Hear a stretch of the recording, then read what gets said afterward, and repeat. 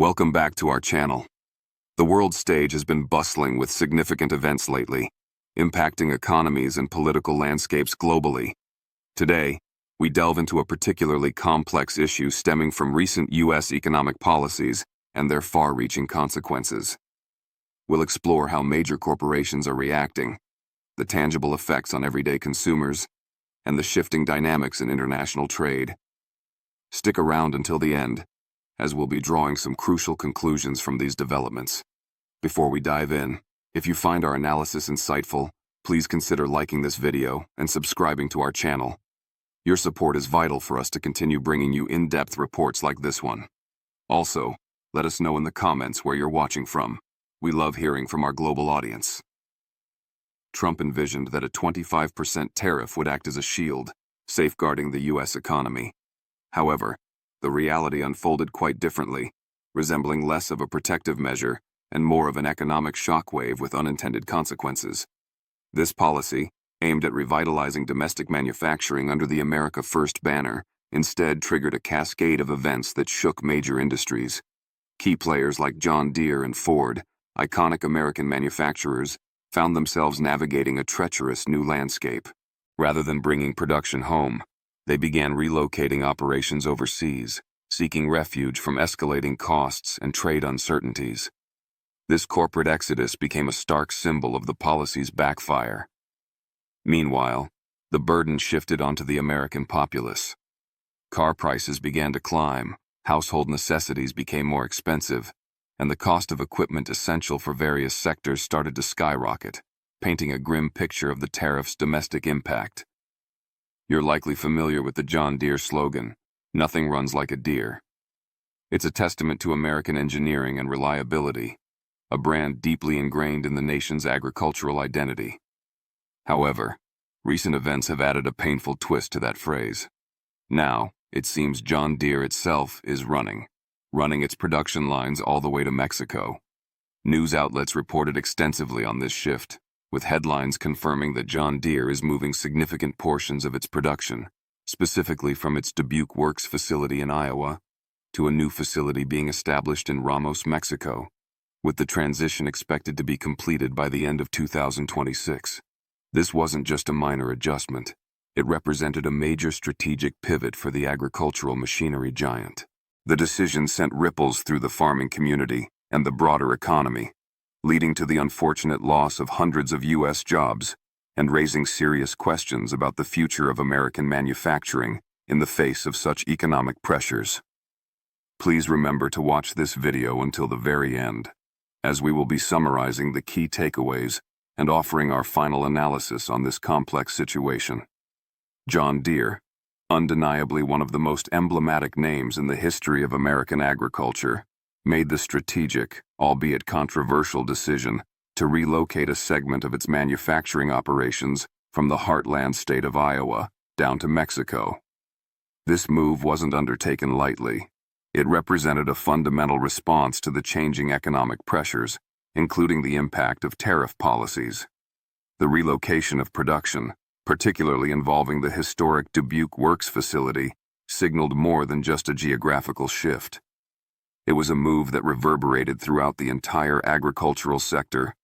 The consequences were immediate and tangible, most notably the loss of several hundred American jobs, leaving families and communities in Iowa facing economic uncertainty. This decision underscored the complex challenges confronting even the most established American corporations in the modern global economy, forcing them to balance domestic commitments with the economic realities of international production costs and trade policies. The departure of such iconic production inevitably shook confidence and sparked widespread debate about the effectiveness of the prevailing economic strategies. This relocation by John Deere did more than just disrupt the agricultural industry. It unleashed a series of significant repercussions across the wider U.S. economy. The move acted as a catalyst, triggering concerns about job security, the future of domestic manufacturing, and the overall health of the American industrial base. The narrative of bringing jobs back to America, a cornerstone of the administration's policy, seemed to directly contradict the actions of major corporations like Deere. This dissonance wasn't lost on the public or the markets. The economic landscape began to show signs of strain, with anxieties growing about the potential for further corporate departures and the long-term viability of certain sectors within the United States.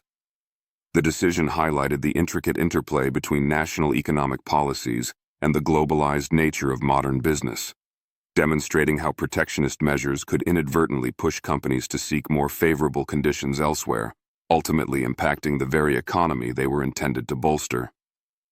In response to John Deere's move and similar actions by other companies like Ford, the Trump administration reacted with strong rhetoric and the threat of punitive measures. Trump publicly floated the idea of imposing staggering 200% tariffs on imports from companies that shifted production overseas, particularly targeting goods coming from Mexico. This threat was explicitly aimed at pressuring corporations like John Deere and Ford, attempting to coerce them into reversing their decisions and bringing manufacturing operations back onto U.S. soil. The intention was clear: use heavy-handed economic leverage to enforce the America First manufacturing agenda. These threats initially sounded formidable, potentially creating significant financial obstacles for companies choosing to manufacture abroad. However, the anticipated outcome of companies buckling under pressure and returning production did not materialize as expected. Instead, the situation grew even more complex, demonstrating the limits of using tariffs as a tool to dictate corporate strategy in a globalized marketplace. Instead of yielding the intended results of repatriating manufacturing, the tariff threats and the ensuing economic climate produced outcomes far removed from expectations. Rather than deterring companies like John Deere from moving operations, the policies seemed to solidify their resolve, pushing them further into global expansion strategies. John Deere, for instance, didn't just stick to Mexico, it expanded its production footprint into countries like Brazil and India. These nations offered significantly lower production costs compared to the United States, making them attractive alternatives in the face of rising domestic expenses and trade uncertainties. This global diversification highlighted a crucial reality. Major corporations prioritize survival and competitiveness, and when faced with punitive domestic policies, they will leverage global options to mitigate risks and maintain profitability. The dream of a solely U.S.-based production model for such companies seemed increasingly detached from the economic forces at play. Ford Motor Company, another titan of American industry facing similar pressures, adopted a parallel strategy. Demonstrating an equal determination to navigate the challenging economic environment, Ford committed a substantial investment, totaling $1 billion, towards bolstering its electric vehicle production capabilities. But significantly, these investments were channeled into facilities located in Mexico and Vietnam. The rationale behind this move was starkly economic. Labor and overall production costs in these countries are markedly cheaper than those prevailing within the United States. This strategic decision allowed Ford to pursue its crucial transition towards electric vehicles, while managing the financial burdens imposed by tariffs and rising domestic costs. It served as another powerful example of how major U.S. corporations were adapting to the new economic realities, prioritizing global efficiency and cost management, even if it meant shifting significant manufacturing activities away from American shores, further challenging the narrative of a domestic manufacturing resurgence. The consequences of these corporate decisions and the underlying tariff policies extended far beyond the boardrooms of John Deere and Ford. The economic fallout wasn't confined to these giants. It rippled outwards, impacting a broad spectrum of the U.S. economy and its workforce. Crucially, this wasn't merely about executive decisions or shareholder value. The real brunt of the consequences fell upon American workers and consumers. The labor communities, particularly in the industrial Midwest, regions historically reliant on manufacturing jobs provided by giants like Ford and John Deere, began experiencing an economic downturn, unlike anything seen in recent memory. These areas, once hubs of American industrial might and home to generations of skilled workers, were now confronting a harsh new reality of factory closures and widespread job losses, shaking the foundations of local economies and leaving countless families facing an uncertain future. The departure of major manufacturing operations created a domino effect. Factories that once buzzed with activity started to close their doors, leaving thousands of workers who had built their lives around these jobs suddenly unemployed. These weren't just statistics. These were individuals and families abruptly stripped of their livelihoods. Many who had taken pride in their work for these iconic American companies found their skills devalued and their futures uncertain, as their jobs were effectively replaced by overseas production facilities operating at lower costs. The promise of stable, well-paying manufacturing work, a cornerstone of the American dream for many, began to feel like a distant memory. The sense of betrayal was palpable in these communities, as families were left scrambling, unsure how to maintain their standard of living or where to turn for new opportunities in a rapidly changing economic landscape. The economic pain wasn't limited to those directly employed by the large manufacturers. Small businesses, the lifeblood of many local economies, also suffered immensely. From auto repair shops that relied on servicing locally produced vehicles to parts suppliers whose primary customers were these major factories, businesses across the supply chain found themselves struggling. As the large factories downsized or moved, their customer base evaporated, leading to a sharp decline in revenue for these smaller enterprises. Many were forced to shut down, unable to withstand the loss of their main clients. This cascading effect further deepened the economic hardship in affected regions, illustrating the interconnectedness of the manufacturing ecosystem and how the departure of anchor companies could devastate the surrounding business community, leaving a void that was difficult, if not impossible, to fill quickly. For many workers and small business owners caught in this economic turmoil, there was a profound sense of disillusionment. They had placed their faith in the Made in America promise, the idea championed by the administration that domestic production would be prioritized and revitalized. They believed that policies like tariffs were intended to protect their jobs and industries. However, the reality they experienced was starkly different. Instead of revival, they witnessed decline.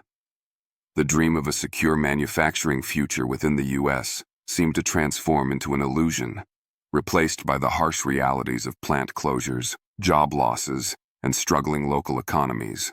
This discrepancy between political promises and economic outcomes fostered deep disappointment and frustration among those who felt left behind by policies purportedly designed to help them.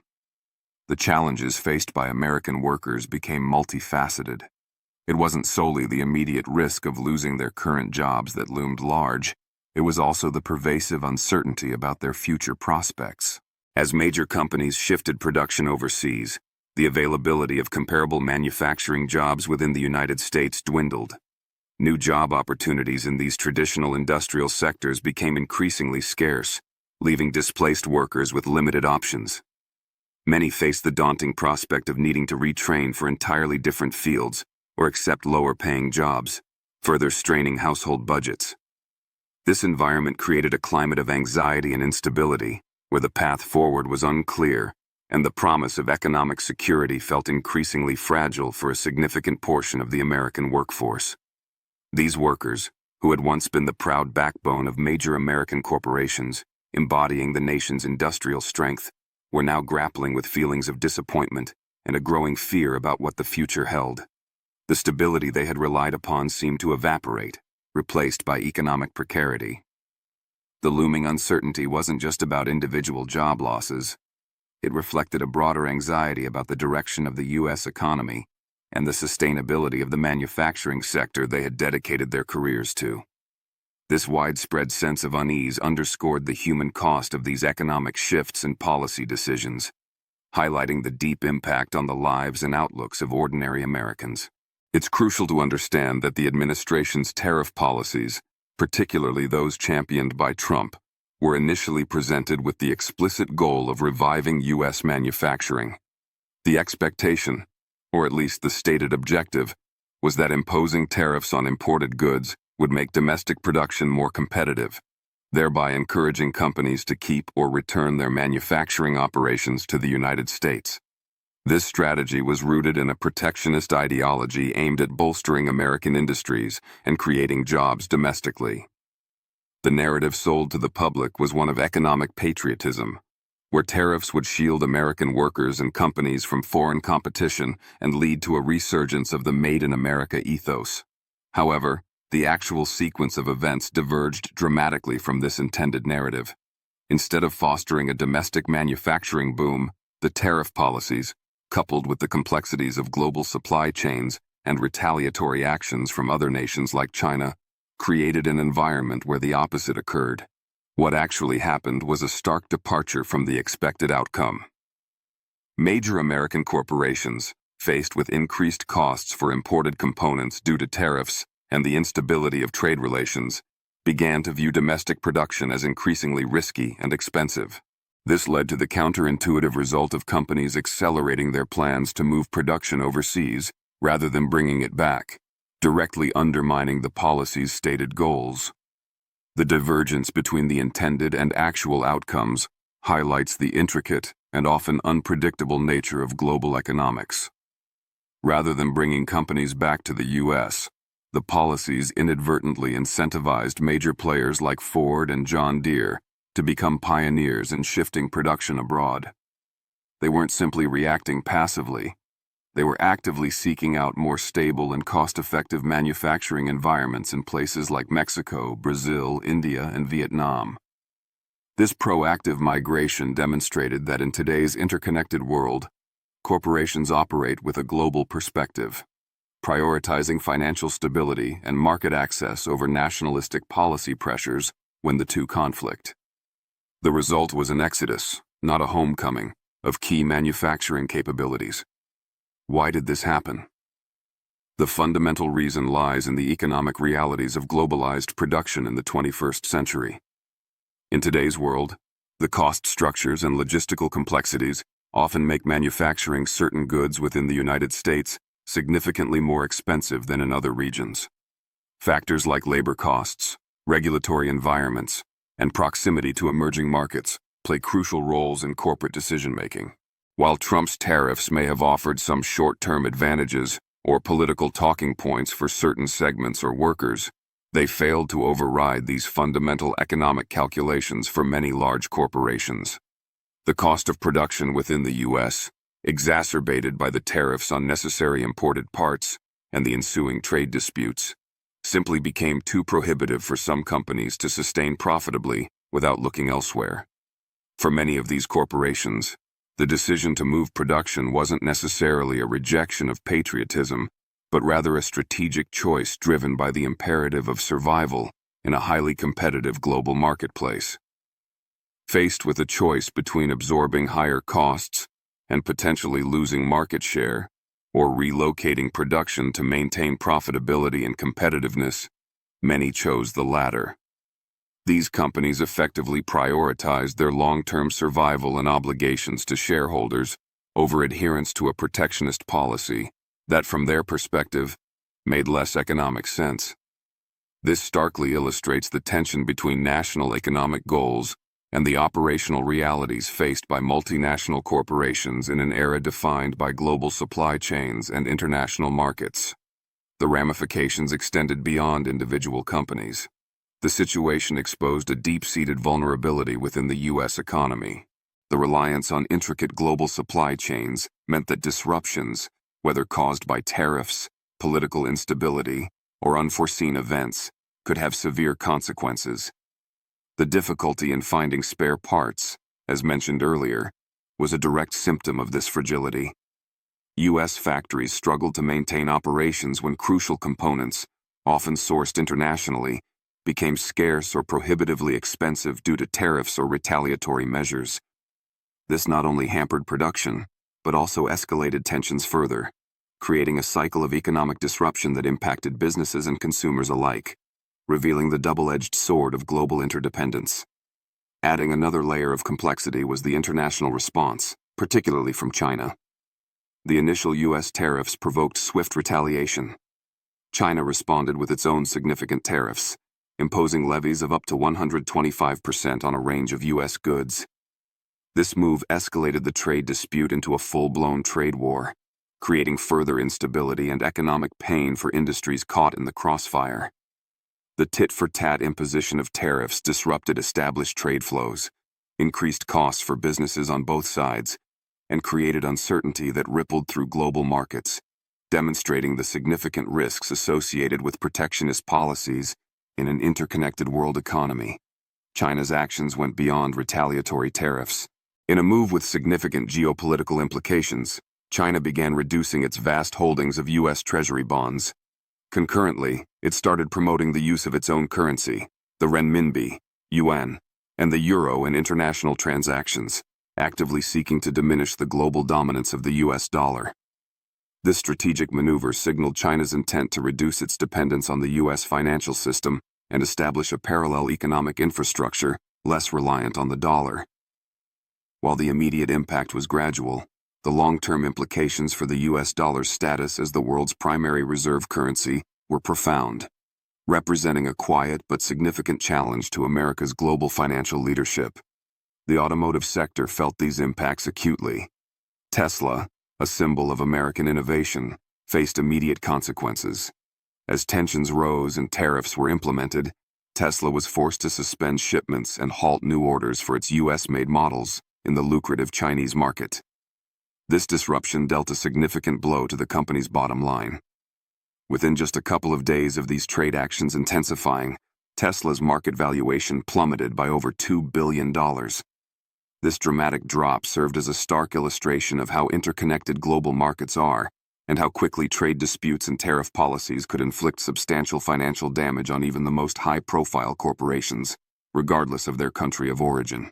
The number, a staggering $2 billion lost in market value so rapidly, was a figure that could not be ignored, highlighting the immense financial stakes involved. The ripple effects continued to cascade down to the consumer level. Tesla's electric car prices, already a significant investment for many, saw increases ranging from $5,000 to $7,000. Similar price hikes were observed across the auto industry as manufacturers grappled with increased component costs and supply chain disruptions. This made vehicle ownership, particularly for newer electric models, an increasingly distant prospect for many American families, especially those operating on limited budgets. The rising costs weren't just confined to the initial purchase price. The difficulty in sourcing parts also led to higher maintenance costs, with reports of basic repair expenses doubling from around $50 to $100 simply due to the scarcity of spare parts. This escalating cost environment created significant financial pressure, particularly for individuals and families needing to finance vehicle purchases through loans. The high cost of vehicles, combined with potentially rising interest rates influenced by broader economic uncertainty, reduced accessibility. What was once a standard purchase became a major financial hurdle. Furthermore, the weakening of the U.S. dollar, partly influenced by China's reduction in treasury holdings and the broader trade instability, threatened to drive up the price of imported goods across the board.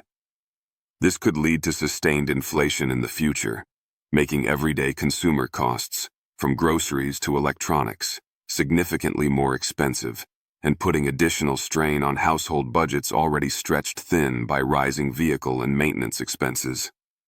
The overall economic picture became increasingly challenging.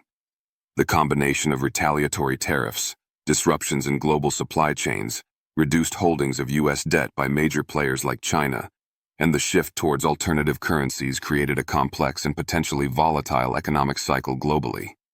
The U.S. stock market reflected this instability, experiencing significant downturns. The Dow Jones Industrial Average, a key market indicator, saw drops of 1,000 points, wiping out over $500 billion in value in a single day on certain occasions.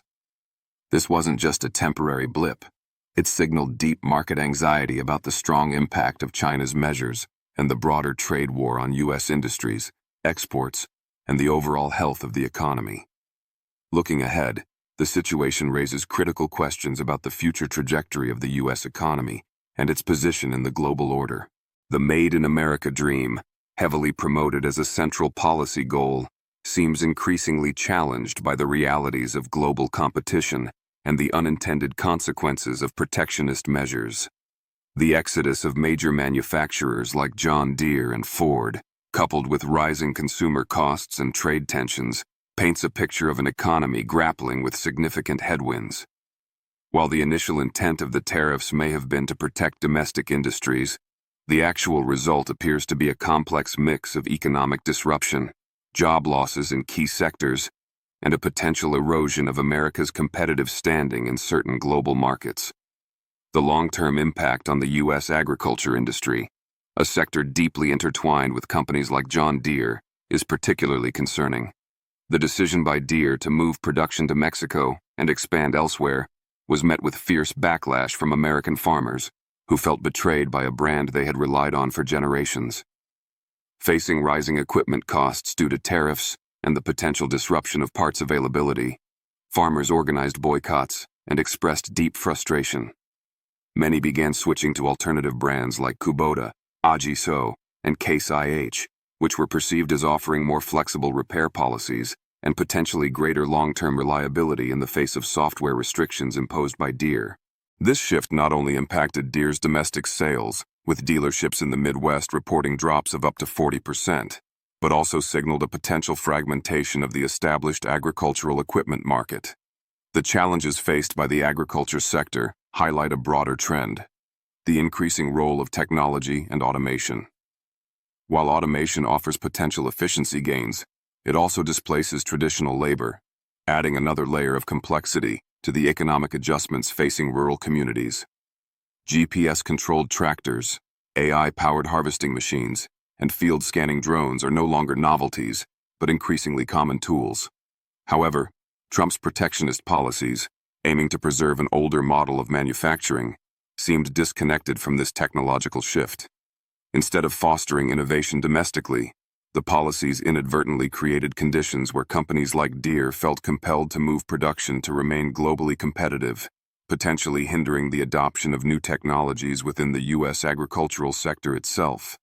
John Deere's resilience in the face of Trump's pressure tactics proved a pivotal moment. The company defended its decision to move production as a necessary step for global competitiveness, essentially calling the administration's bluff on the 200% tariff threat. By confirming its $55 million investment in the Mexico plant despite the threats, Deere demonstrated that major corporations could and would prioritize global strategy over domestic political pressure when faced with what they perceived as unfavorable economic policies.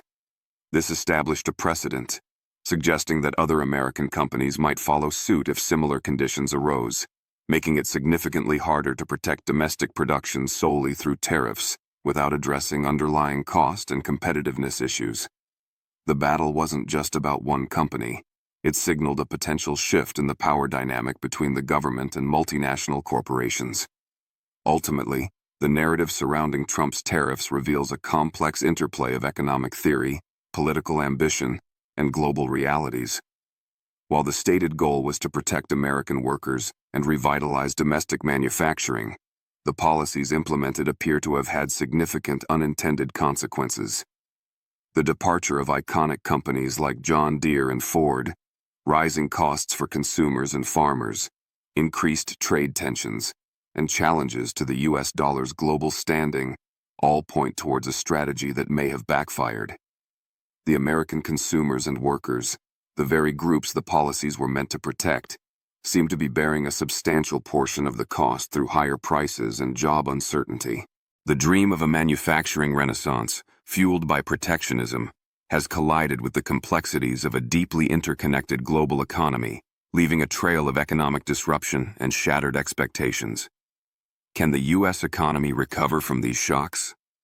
The answer likely depends on navigating a complex path forward. Addressing the concerns requires looking beyond simple tariff solutions. 3 key factors emerge.